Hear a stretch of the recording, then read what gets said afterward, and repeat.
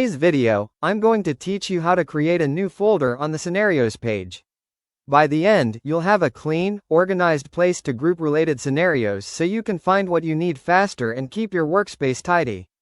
First, make sure you're signed in and working in the correct workspace or project, especially if your account has access to multiple areas.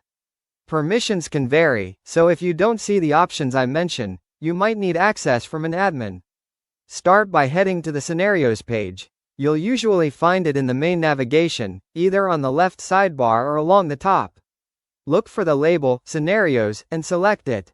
Once you're there, take a quick moment to confirm you're in the right view. If there are filters or folders already visible, that's okay. You just want to be on the page that lists your scenarios so the folder tools are available. Next, look for the option to add a new folder. This is typically shown as a button labeled plus new folder, sometimes accompanied by a small folder icon or a plus symbol. It's commonly positioned near the top of the page, often on the right side. Click that button to begin creating your folder. If the button appears grayed out, double check that you're on the Scenarios page and that you have the permissions needed to create folders. You'll now see a field where you can enter your folder name. Choose a clear, descriptive name that helps you and your team understand what belongs inside. Good names are concise but specific, like Q3 Marketing Tests or API Error Handling Demos. Consider a simple naming convention you can reuse, such as including a date or team tag.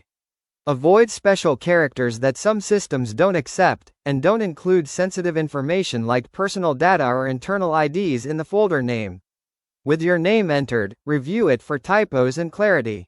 If your organization has standards for naming, follow those here. This small step makes a big difference when your list of folders grows. Finally, click Create to confirm. The new folder should appear immediately in your Scenarios view. If you don't see it, try clearing any active filters or refreshing the page. At this point, your folder is ready to use, and you can start organizing your scenarios inside it whenever you're ready. That's it, simple, fast, and effective. You've gone to the Scenarios page, clicked the plus new folder button, entered a helpful name, and clicked Create. Thanks for watching, and happy organizing.